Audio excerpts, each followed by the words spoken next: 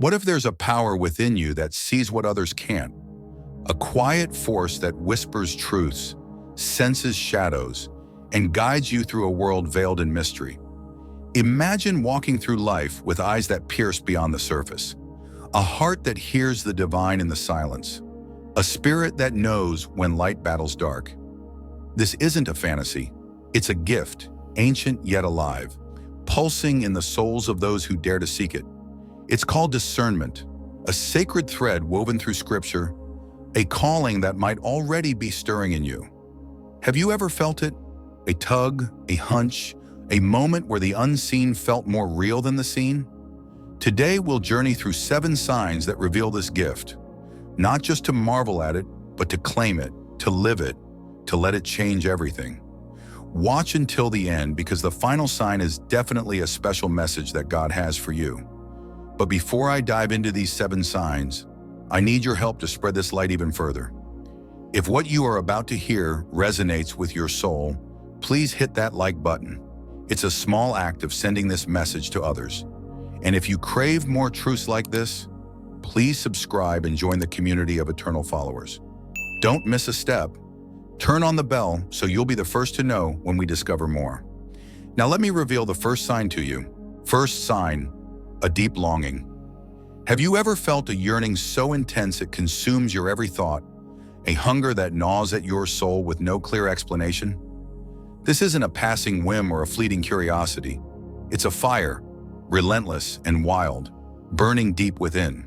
For those touched by the gift of discernment, this longing is the first whisper of something divine, a pull toward truths hidden beyond the veil of the ordinary. It's as if your spirit knows there's more to life than what eyes can see, a vast, unseen world calling your name. This isn't mere restlessness, it's a sacred ache, a signal that your heart has been marked for a higher purpose, one that demands you step beyond the mundane into the eternal. This flame doesn't flicker with doubt. It grows stronger with every breath, urging you to seek, to chase, to uncover. It's the kind of desire that keeps you awake at night, staring into the darkness, wondering why you feel so alive yet so incomplete. It's a longing that defies logic, a thirst that earthly waters cannot quench.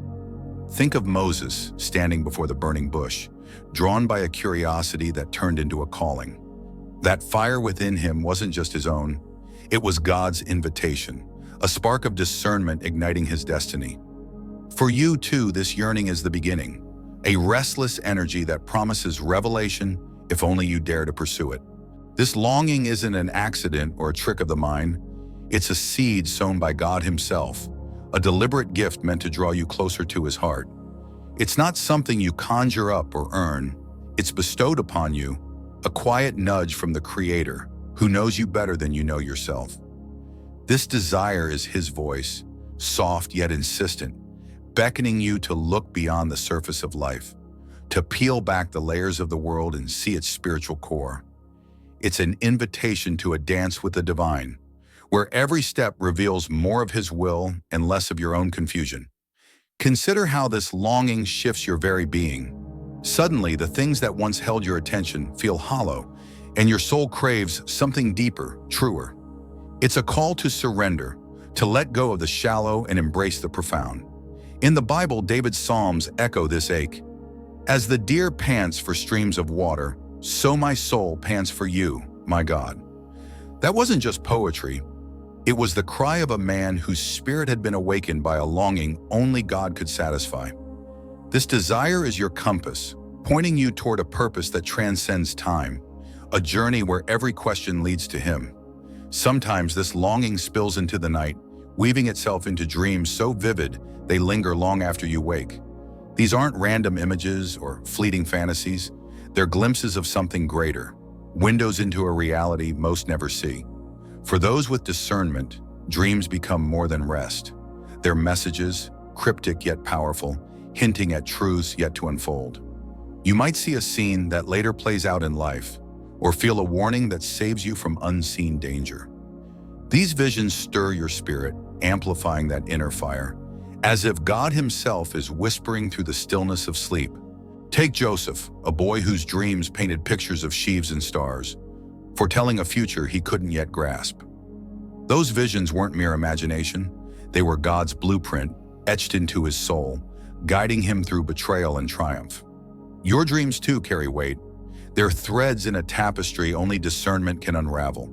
They might confuse or overwhelm you at first, but they're a gift, a bridge between the physical and the spiritual. Each one is a call to listen, to trust, to let that longing lead you into the mysteries God longs to share. Joseph's story is no ancient fable. It's a living testament to how longing and dreams intertwine with discernment. Sold into slavery, mocked for his visions, he could have silenced that inner fire, dismissed it as delusion. Yet he didn't. Those dreams of bowing brothers and celestial rule clung to him, a lifeline through years of darkness. They weren't just predictions. They were God's promise, a map through suffering to salvation. When he stood before Pharaoh, interpreting dreams that saved nations, it was that same longing, that same gift, that lifted him from pit to palace. His journey teaches us that this yearning isn't passive. It's a force that shapes destiny. Your own dreams, however strange or fleeting, might hold similar power. They're not meant to be ignored, but embraced, wrestled with, prayed over. Like Joseph, you may face doubt or scorn, but that longing keeps you tethered to God's plan. It's a flame that burns through adversity, a light that reveals purpose in chaos, proving that discernment begins where human understanding ends. This longing, though a gift, comes with a price. It demands persistence, a refusal to let go until the divine breaks through. It's not a gentle wish you can set aside. It's a battle, a struggle that tests your faith and resolve. You might feel it pulling you one moment, then leaving you grasping in the dark the next, yet it never fully fades. It's a call to wrestle, not with flesh and blood, but with the unseen, to hold fast until clarity dawns. This is no easy path.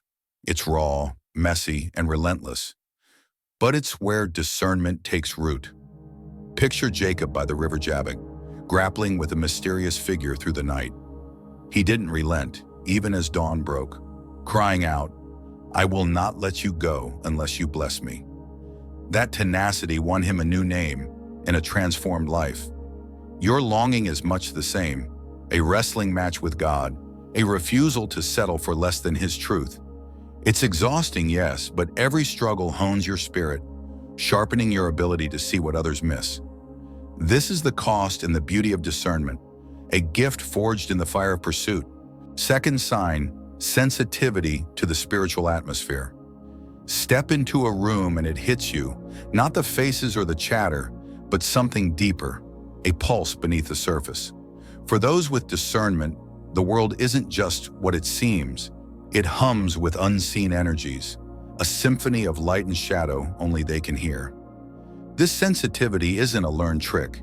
It's a gift, a tuning of the soul to frequencies beyond the physical. You might feel a shiver down your spine, a sudden peace, or an inexplicable weight, as if the air itself speaks of joy or danger. It's not imagination. It's your spirit dancing with the invisible. This isn't about sight or sound.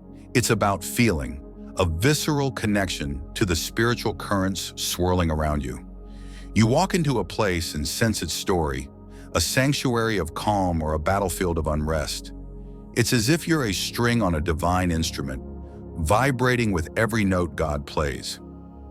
David felt this when he waited for the rustling leaves, a sign of God's victory over the Philistines. That sensitivity guided him, and it guides you too, a quiet power that sets you apart, attuning you to a reality most walk through blindly. This gift paints your world in contrast, where others see only the ordinary. You feel the extraordinary.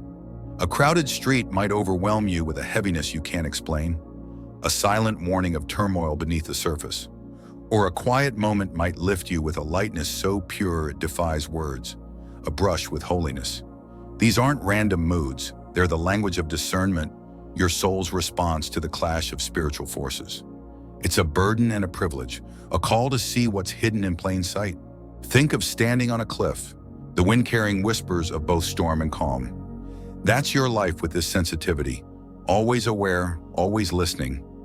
In Scripture, Elisha saw the unseen armies of God encircling him when others saw only defeat. Your sensitivity works the same way, revealing the divine amidst the chaos. It might unsettle you, this constant pull between light and dark, but it's a sign of your calling. You're not just here to exist. You're here to feel, to know, to bridge the gap between worlds. Jacob knew this sensitivity well. Fleeing his past, he stumbled into a moment that changed him forever. Angels ascending and descending, a celestial dance he couldn't ignore. He called the place Mahanaim, two camps, because he felt the overlap of earth and heaven, the tangible and the eternal. That wasn't just a vision, it was a sensation, a stirring in his bones that marked him as one who sees. You carry that same awareness, a radar for the sacred and the sinister, attuned to the unseen threads weaving through every day. His story isn't distant, it's yours. You might not see angels, but you feel their echoes. A sudden unease in a friend's smile, a quiet assurance in a stranger's words. This sensitivity sets you on holy ground, even in the mundane. It's not about spectacle, but subtlety, a gift that lets you stand where realms meet. Jacob didn't just pass through Mahanaim, he was transformed by it. So too are you, shaped by every pulse of the spiritual atmosphere, called to walk where others merely wander. At first, this sensitivity feels like a curse. Why do you feel so much when others seem untouched? A room full of laughter might choke you with unseen grief, or a peaceful scene might prickle with warning. It's confusing, even frightening, as if you've been handed a map no one else can read. But this isn't weakness, it's training, a crucible where discernment is forged. Every jolt of fear, every wave of peace is a lesson, teaching you to trust what you feel, to lean into God's guidance rather than flee from it. This burden has a purpose. It's your initiation into a gift few understand. Like a child learning to walk, you stumble at first, unsure of these strange sensations. But with time, you stand taller, recognizing the patterns, the heaviness of conflict, the warmth of grace. Paul wrote of testing the spirits, and this is how you learn: by feeling, by falling, by rising again. It's not meant to crush you, but to shape you, a call to wield this sensitivity with wisdom, to turn chaos into clarity for yourself and those around you. Third sign, love for God's presence. There's a place where the soul finds rest, a sanctuary not built of stone, but of spirit, where every breath feels like a gift from the one who made you. This isn't a fleeting comfort or a casual joy. It's a love so profound it redefines your existence, a magnetic pull toward God's nearness that nothing else can rival. For those marked by discernment, this isn't just a preference, it's a lifeline, a hunger to dwell where His voice is clearest and His peace is fullest. You don't merely visit this place, you ache to live there, to let His presence wash over you like a river, cleansing away the noise of a fractured world. It's a love that transforms the ordinary into the sacred. A quiet morning becomes a holy encounter, a whispered prayer, a conversation with eternity. You find yourself drawn to these moments, not out of duty, but out of delight, as if your spirit knows this is where it belongs. When Jesus promised, "Where 2 or 3 gather in my name, there I am," it wasn't just a statement, it was a truth you feel in your bones, a reality that lights up your days. This love isn't loud or showy, it's a steady flame, warming you from within, guiding you through life's storms. This isn't a passive affection, it's a choice, a rhythm of seeking that shapes your every move. You carve out time to be still, to listen, to let His presence fill the cracks of your weary heart. It's in these quiet spaces that discernment sharpens, where the chaos of life fades and His will comes into focus. Picture the psalmist who wrote, "Better is one day in your courts than 1,000 elsewhere." Those words aren't poetry alone. They're the heartbeat of someone who's tasted God's nearness and can't settle for less. You too know this longing, this pull to linger where He is, because it's there that you're truly alive. This love demands action, a turning away from distractions to chase the one who matters most. It's not enough to say you cherish Him. Your life must reflect it, in the way you pause to pray, in the songs you sing when no one's watching. Think of Mary sitting at Jesus' feet while Martha busied herself. Her choice wasn't laziness, but love. a hunger for his presence that outweighed all else. That's your story too. A soul that finds its home in him, a heart that beats faster the closer it gets to its maker, knowing that in his presence every shadow of doubt dissolves. This love isn't without cost. It asks you to let go of lesser things, to trade the fleeting for the eternal. The world pulls you toward its clamor, its endless demands, but your spirit resists, craving the stillness where God dwells. Look at Moses in the wilderness, leading a stubborn people yet pleading, "If your presence does not go with us, do not send us up from here." He knew no plan could succeed without God's nearness, and neither can you. This love sets you apart, a quiet rebellion against a life of surface living, a vow to seek the deep waters of his spirit no matter the price. That plea wasn't weakness, it was wisdom, the kind that discernment breeds in those who love God's presence. You feel it too. Without him, every step feels hollow, every victory empty. Moses' cry echoes in your own soul, a refusal to move unless he leads. It's a love that anchors you, a compass that points true north when all else spins wild. In Scripture, we see Jesus slip away to pray before dawn. His ministry thrived because he rooted it in the Father's presence. Your discernment grows the same way, fed by this love, blossoming in the soil of intimacy with God. This love doesn't stop with you. It spills over, a river that touches everyone in its path. When you dwell in his presence, you carry it with you, a calm that soothes, a clarity that guides. You become a refuge for others, not because of your strength, but because of his. Think of the woman at the well, transformed by a moment with Jesus. Her life shifted not just for her, but for her village. Your love for God's nearness does the same. It's a light that pierces darkness, a gift that discernment amplifies, turning your quiet moments into a force for healing and hope. It's a chain reaction. The more you seek him, the more you reflect him, the more others see him through you. This love isn't selfish. It's a mission, a call to share the peace you found. In Acts, the disciples gathered in an upper room, waiting for the Spirit, and when he came, they changed the world. Your love for God's presence holds that same power, a spark that ignites discernment, a force that shifts not just your life, but the lives of those who cross your path. It's a love that builds, that restores, that reveals God's heart to a weary world. Fourth sign, feeling different from others.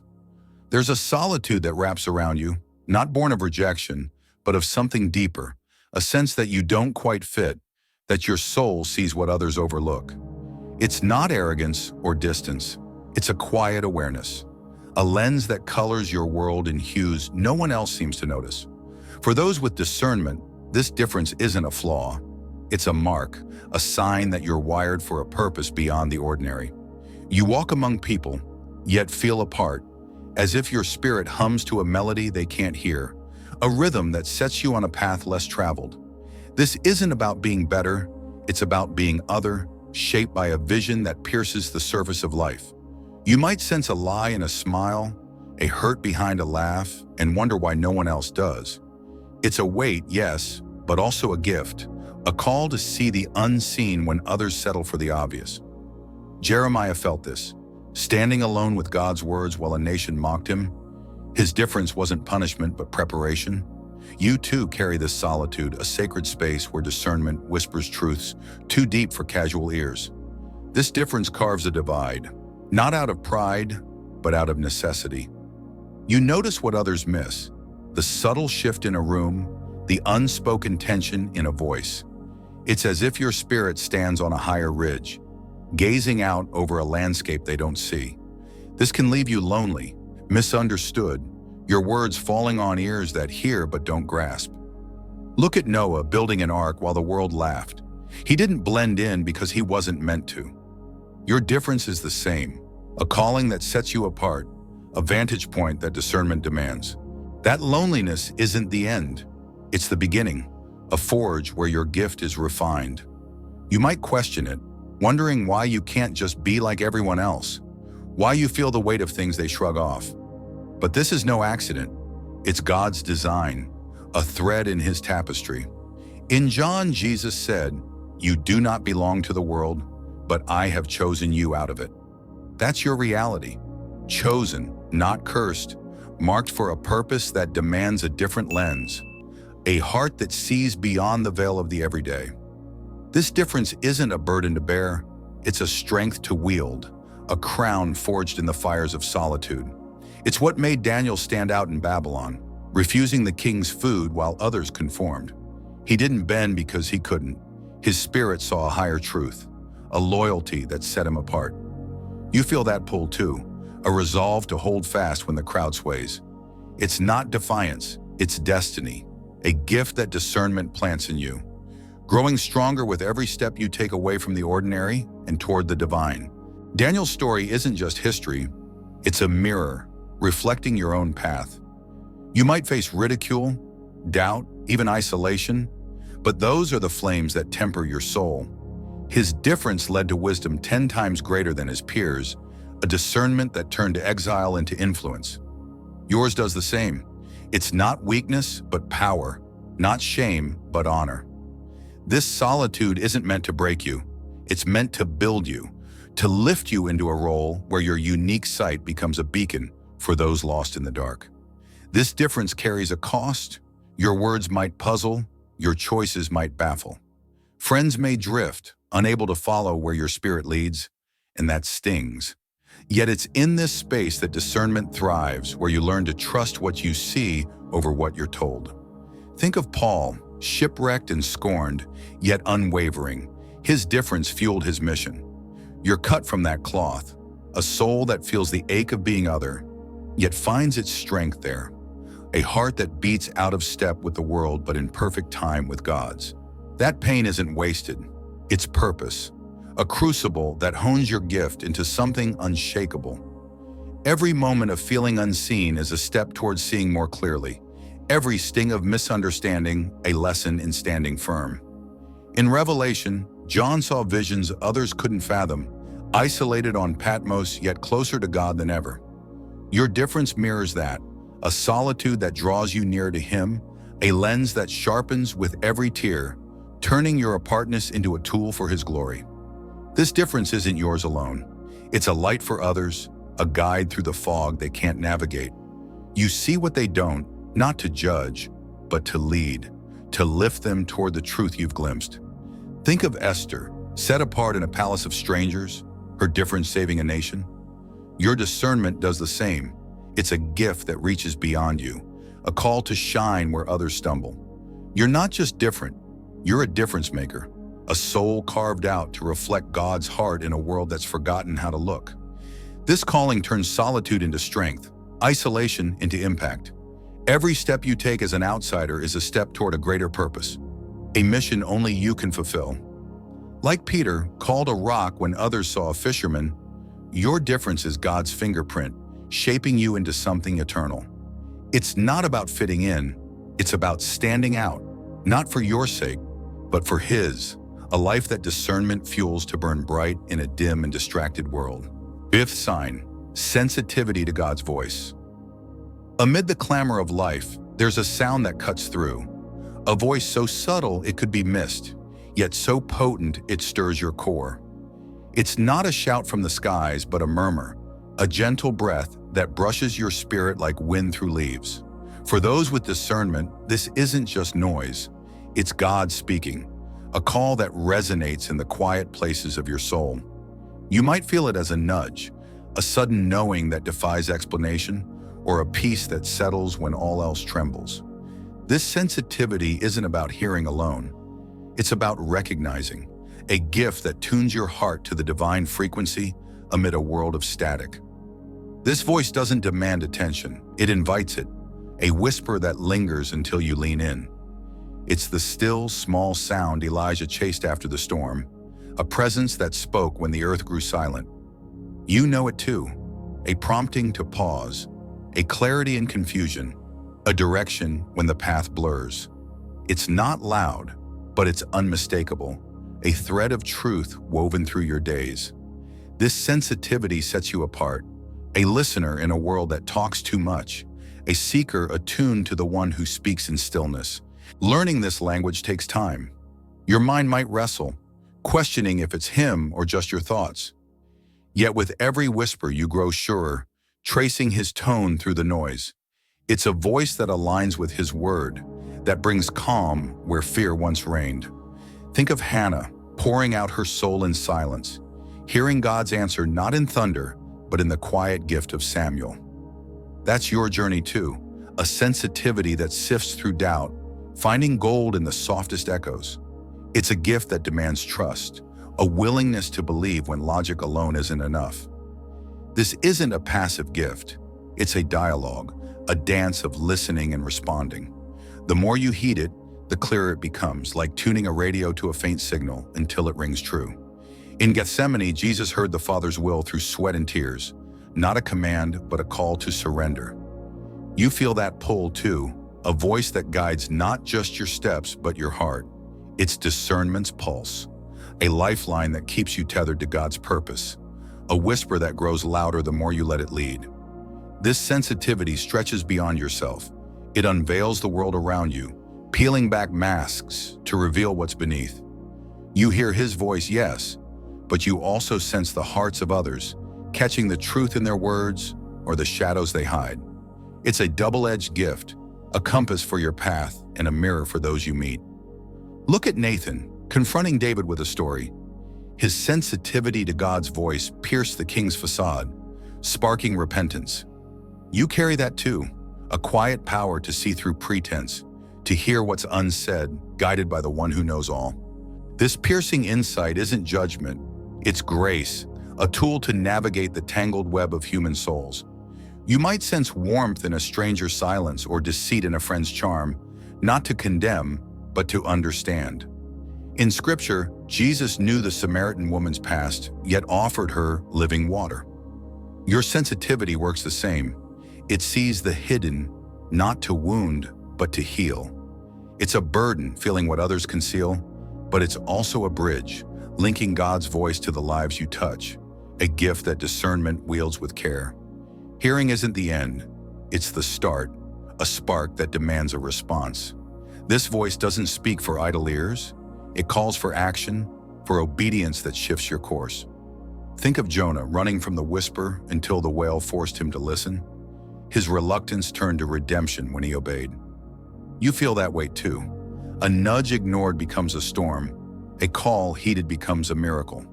This sensitivity isn't just about knowing, it's about doing. A gift that discernment fuels to turn whispers into wonders. That obedience isn't easy. It's a leap, a trust that God's voice outweighs your fears. Every step you take to follow it strengthens your spirit, proving its truth. When Peter stepped onto the water, he heard Jesus call above the waves. His faltering didn't erase the miracle. Your sensitivity mirrors that, a voice that beckons you beyond safety, a gift that grows with every yes. It's discernment's test and triumph, a call to live by what you hear, to let his whisper drown out the world's roar. Sixth sign, confirmation from spiritual leaders. You don't walk this road alone. There are voices, human yet spirit-led, that echo what stirs within you. This gift of discernment isn't a solitary flame. It's a torch passed through the hands of those who've walked before, who see in you what you're still learning to trust. When a mentor, a pastor, a guide names what you feel, it's not just affirmation, it's a holy seal, a moment where God uses flesh and blood to say, "This is mine in you." It's a recognition that steadies your trembling faith, a hand on your shoulder in a world of doubt. This isn't about flattery, it's about clarity, a mirror held up by those who know the Spirit's ways. They see the gift before you fully do, calling it out like a miner spotting gold in rough stone. In Timothy's life, Paul and the elders laid hands on him, naming his calling with prophecy. Not a ritual, but a revelation. You feel that too. A word from someone wiser, a nod that says your discernment isn't imagination, but purpose. A divine thread woven into your story. This confirmation banishes shadows. Those nagging questions of, is this real? Fade when a trusted voice affirms it. It's a lifeline, pulling you from the mire of self-doubt into the light of certainty. Think of Samuel hearing God's call but needing Eli to name it. Without that guidance, he might have slept through his destiny. You felt that nudge too. a leader's words aligning with what you sense, a moment where their insight locks into your spirit. It's not dependence, it's partnership, a gift that discernment needs to fully bloom. That moment isn't just relief, it's a charge, a call to step boldly into what's been seen in you. Their recognition isn't an end, but a beginning, a push to wield your gift with confidence. When Barnabas took Paul under his wing, he didn't just affirm, he unleashed a missionary who'd change the world. Your confirmation holds that power, a spark that leaders fan into flame, a bridge from uncertainty to action. It's discernment's anchor, grounding you in a truth bigger than your own mind. This gift ties you to others. It's not for you alone, but for the body, the community that thrives when you rise. You feel a pull to use it, to lift those around you with what you've been given. Look at Priscilla and Aquila, guiding Apollos. They saw his zeal, confirmed his path, and sharpened his impact. You're wired the same, a heart that discernment stirs to serve, to share, to build. This confirmation isn't praise, it's purpose, a call to pour out what's been poured in, to light the way for others. That urge isn't selfish, it's sacred, a longing to see God's work spread through your hands. Every time you act on it, you honor the leaders who saw it first, proving their faith in you wasn't misplaced. In Acts, Ananias laid hands on Saul, restoring sight and igniting a mission. His confirmation birthed an apostle. Your gift carries that legacy, a desire to help, fueled by discernment, blessed by those who named it. It's a cycle of grace, a calling that links you to the greater story of God's people. This confirmation isn't flawless. It comes with correction, a refining fire that shapes your gift. Leaders don't just cheer, they challenge, pointing out where you stray or stumble. Think of Eli correcting Samuel's haste or Paul sharpening Timothy's resolve. Their guidance wasn't soft, but it was true. You feel that too. A word that stings yet straightens, a push to wield discernment with humility. It's not rejection, it's growth, a gift that needs pruning to bear fruit, a path that leaders light with tough love. That sharpening isn't punishment, it's preparation, a process that hones your spirit for what's ahead. Every critique, every nudge, builds a stronger vessel, one fit for God's use. When Nathan rebuked David, it wasn't to shame but to save. His discernment needed a steady hand. Yours does too, a gift that leaders mold, not to dim, but to direct. This confirmation is discernment's crucible, a place where pride burns away and purpose emerges, ready to shine in a world that needs it. This journey isn't rushed. Sometimes you wait, yearning for that nod, that word to set you free. Yet in the silence you grow, trusting God's timing over your own. Look at David, anointed yet unconfirmed for years, tending sheep while his calling ripened. You might wait too, but it's not wasted. It's sacred, a season where discernment deepens. When the moment comes, it's not just a voice, it's a chorus, aligning with what God's already planted, a confirmation that lifts you into His plan with unshakable certainty. That waiting isn't empty, it's full, a time to seek, to serve, to let your gift simmer until it's seen. When Philip met the Ethiopian, he didn't hesitate. His discernment, confirmed by the Spirit, met a ready heart. Your moment will come too, a leader's word, a touch, a prayer that says, now. It's not just affirmation, it's ignition, a spark that discernment rides to its fullest. You're not alone in this. You're part of a chain, linked by those who see, who guide, who call you forward into the light you were born to carry. Seventh sign, the universal calling for God's children. This gift isn't locked away for a chosen few. It's a mantle draped over every soul who calls God Father, a birthright woven into the fabric of His family. You're not an exception, but an heir, invited into a legacy that stretches from Eden to eternity. Discernment isn't a rare jewel for the elite. It's a flame kindled in all who bear His name, a call to rise above the ordinary and see with His eyes. It's not about privilege, it's about responsibility, a summons to every heart that beats for Him, to live awake in a world that slumbers. This isn't a distant dream, it's a present reality, a power that hums within you the moment you step into his fold. The Spirit doesn't play favorites. He equips all his children to sift truth from lies, to stand firm in a tide of confusion. In Galatians, Paul declares you're adopted into God's lineage, sons and daughters, not strangers. That adoption carries a charge: to discern, to know, to walk in the light when shadows fall. It's a universal call, yours to claim, a gift that waits only for your yes. You wield a shield in this calling, a keenness to spot what lurks beneath, to sense the unseen currents that twist words and hearts. It's a quiet strength, a radar that hums when motives shift or darkness creeps. You might feel a chill at a promise too smooth, a tug when flattery hides fangs. This isn't paranoia, it's protection, a gift that guards you from the snares others stumble into. In Proverbs, wisdom cries out to all who listen, and you're among them, tuned to catch the subtle hiss of deceit in a world that swallows it whole. This shield isn't just for defense, it's for clarity, a lens that reveals the hidden in plain sight. Think of Abigail, sensing Nabal's folly and David's wrath. She saw what others missed, acting to avert disaster. Your gift mirrors hers, an instinct to peel back layers, to feel the pulse of intent behind the surface. It's a weight, yes, carrying this awareness when others drift unaware. But it's also a grace, a tool to navigate a battlefield unseen, to stand steady where others sway. This calling finds its echo in Jesus. He saw through Judas's kiss, not with anger but with sorrow, knowing the betrayal before the bread was broken.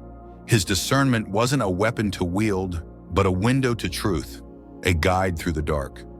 You share that sight, a prickle when loyalty falters, a hush when evil stirs.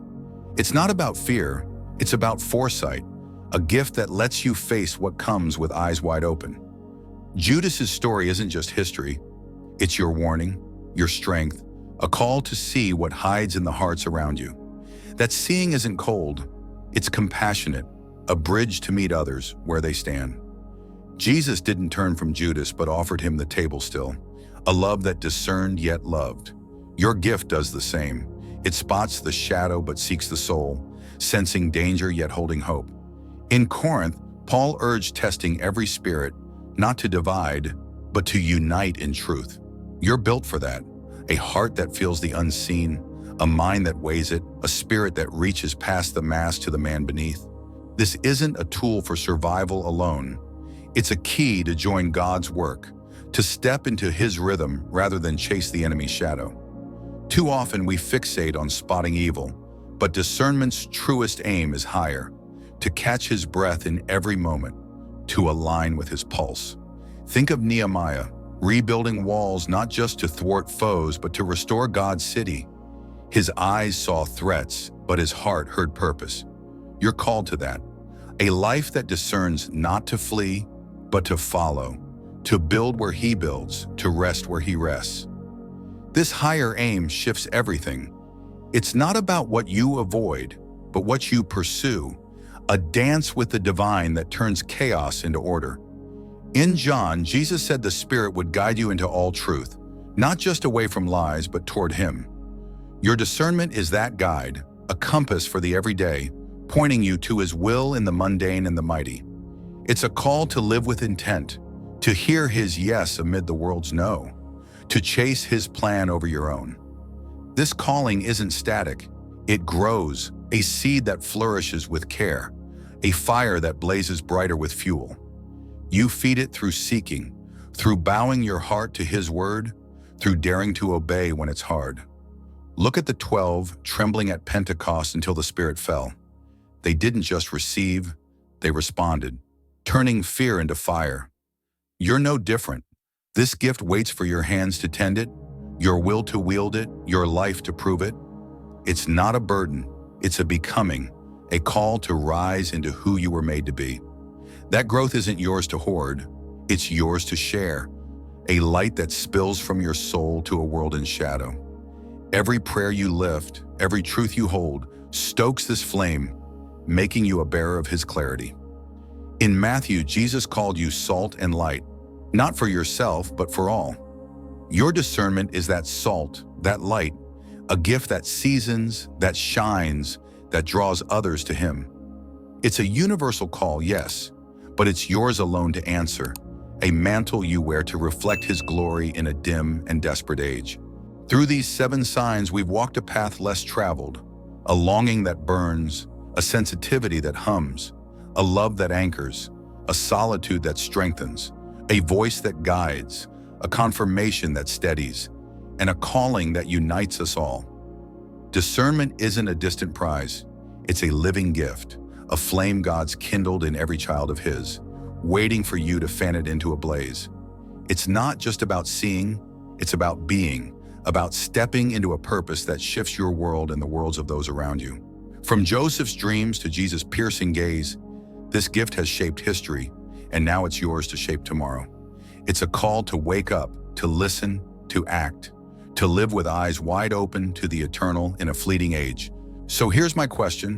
Which of these signs echoes loudest in your soul? Is it the whisper you've heard, the difference you've felt, or the urge to chase His presence? Drop it in the comments. I want to hear your story, to see how this gift's stirring in you. If this journey's lit something inside, hit that like button to keep the fire spreading. Share it with someone who needs to see beyond the shadows, subscribe if you haven't, and tap that bell. Don't miss what's next, because this is just the beginning. Thank you for walking this road with me. May your days be filled with His clarity, His peace, and His unending grace.